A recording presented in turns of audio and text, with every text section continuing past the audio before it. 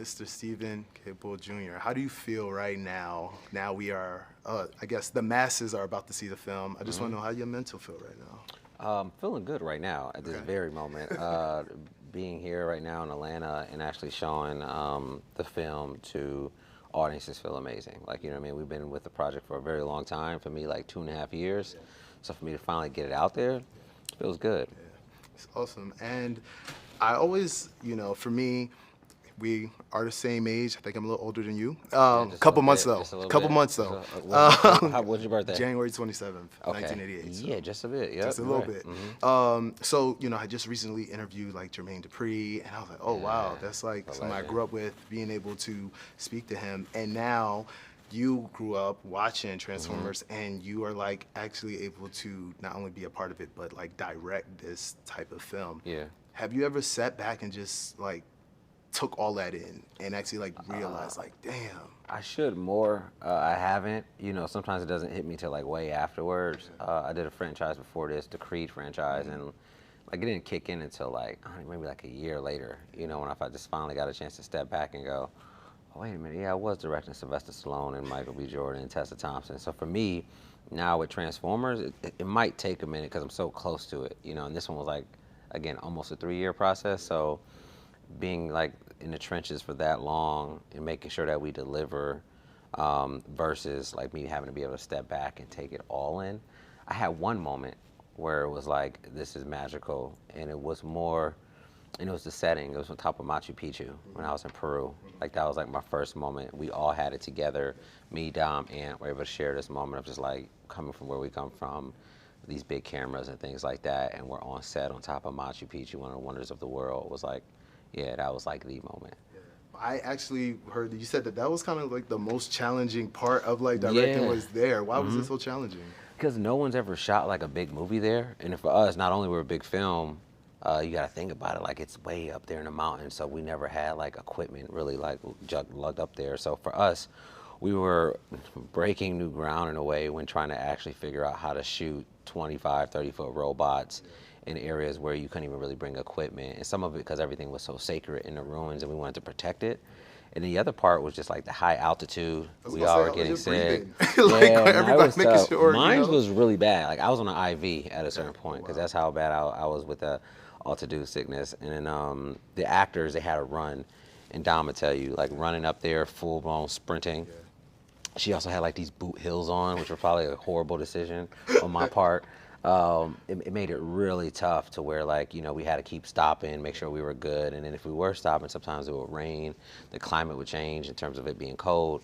It was wild. It was like uncontrollable. I think that's what it is. And that was for everything in the jungle, and we shot everything we shot in Peru.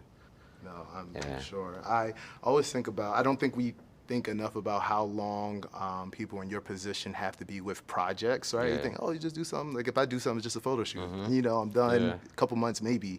But like you said, years. So it's even more important for you to make sure you choose the right project that you're going to be there for. Why was this particular project like a good choice for you? Yeah, no, I mean, you're right. Like for the projects you work on, since you commit so much of your time, you have to be passionate about it. So for me, being passionate about just the IP and the characters themselves for a very long time, because I was a fan growing up with Transformers. So for me, that's why it was really important, because I was like, okay, I can be a part of this legacy, but it's not a legacy I don't care about. You know what I mean? It's something that if I can accomplish this and get the right tone and develop a new style, then yeah, we succeed. So it's like that kind of like motivation throughout, knowing that there's a fan base waiting for a movie. Hopefully this one, that the one that they want. In terms of just like tone and the characters we're playing with, I just want to make sure we deliver on that. And so it was a big motivation, you know what I mean? Just having that and having fans behind the project like I'm a fan, so. So you mentioned this is now your second franchise kind of opening into an era. Is it easier or harder to kind of jump into a franchise as opposed to like kind of like an origin story or something that's like on your own that doesn't have some type of legacy behind it? Yeah, it's harder, definitely.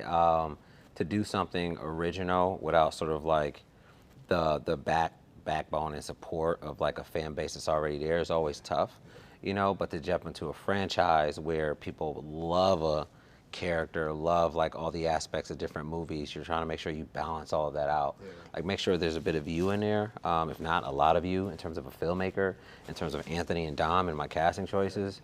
But like then there's the other like things you're not thinking about, right? The Beast War fans who grew up with it, the lives changed due to it, the fanatics for the toys.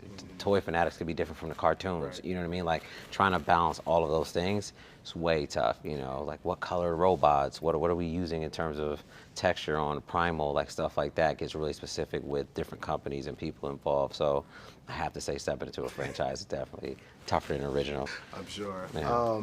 So also this is one of the biggest projects, kind of budget-wise, Mhm. right, that you've worked with. So I would assume, you know, bigger budget, more ability to do certain things. But what about the pressure? Like, is there a pressure for Pressure? this? Like, kind of, Yeah, there's a lot of pressure, I would say, but I think if you took it in a way of like, instead of you calling it pressure and using the word responsibility, because there's a lot of responsibility to hold when like stepping into this legacy that's been around for so long, and that means making a good movie and delivering on all levels. There is that, but like pressure is mainly like within myself. Like if I'm trying to challenge myself, I have to know what my limits are, and sometimes I don't know that until the day of. You know, when I'm realizing, oh, this is different. How do I get Ant and Dom to interact with a robot that's not there? I had a plan, but now I have to switch it up and create a plan B, maybe just to figure out how to make it work. And is it good enough? Like I'm always asking myself that throughout, like whether or not a performance is, whether or not the way I'm directing a scene or designing a robot, like is it good enough? So there's that pressure, like that internal personal pressure. hopefully not too much, not like an imposter syndrome, right? Kind of feeling like, Oh. should you be here? Like, Should I not? No, not particularly with this project. I mean, you get a little bit of a, you know, after every project, there's a little bit of PTSD, man, you know, in terms of like waking up in the middle of the morning, like, did I get that? Did I get that shot? Again, did I do good enough? So it's a little bit of that. That's with every project, whether it's Transformers, a short film, a music video, a song collaboration. It's just like, it's that when you're trying to strive for something that's great, and if you're trying to strive for something that people can connect to, you're always wondering, did I miss a mark or did I not? And there's some days where you walk away going, we got that for sure. And other days we're like, okay, this is going to be an evolving thing. Like I may got a piece of it, but not until I place the robots, I know I have it fully. So there's a little bit of that. good. Yeah. You know, I read that, you know, you asked for, you know, kind of guidance from like previous people, and I thought it was so interesting because, you know, kind of in a space where people feel like I do my thing, I'm who I am, let me have my own signature. But, you know, when Creed 2, you had asked, you know, just some guidance from Ryan Coogler, and then also Michael Bay with this one. Why is it so important for you to get kind of that feedback from people? Yeah, before I think we all do it. You know what I mean? Ryan asked Sly. You know, I remember that. So like the information I was getting Ryan came down from secondhand. You know, in terms of what he would ask Sylvester Stallone.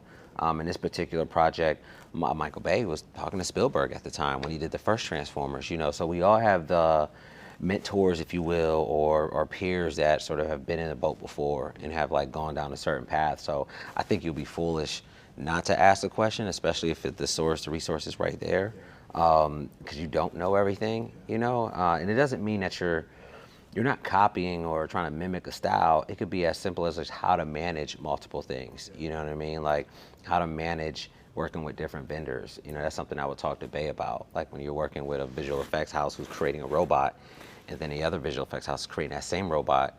And I'm like, do you guys know, how do you manage, make sure they're both giving me the same quality? You know what I mean? And that kind of stuff. Like, is there something I'm going to miss because I never did this working with two vendors?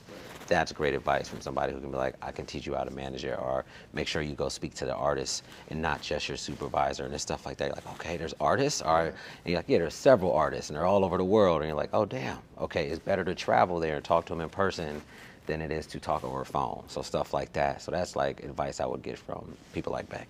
Awesome. Yeah. So I always say that, you know, I know people always ask, you know, ask for advice, but I think with every project, there's like another piece of advice that you could give somebody. So I never get tired of asking this question about asking for advice because you learn so much more. And I want to know specifically for Black directors and people who want to like, you know, go in your shoes, what advice would you give them?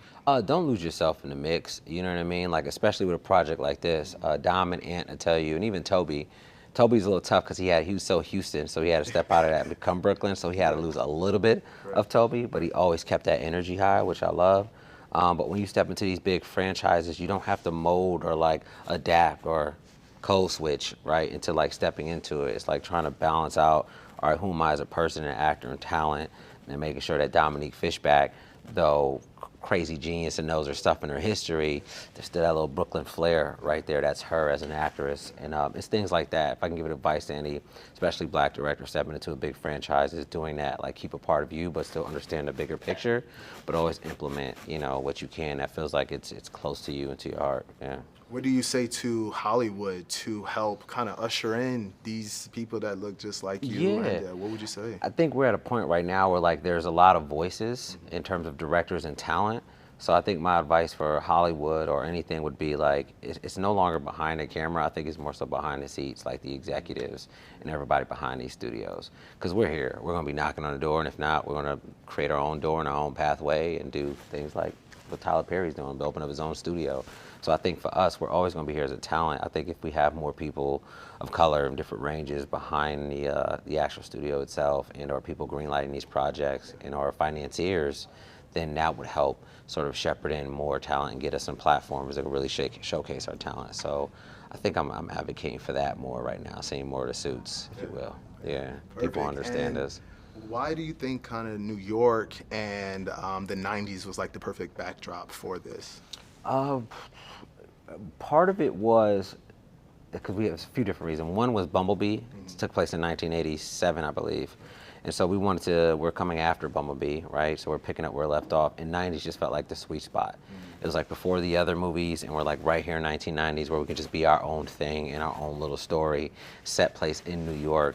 New York was chosen because it was a challenge. We've never shot in New York. Transformers has always been primarily on the West Coast when dealing with characters and introductions.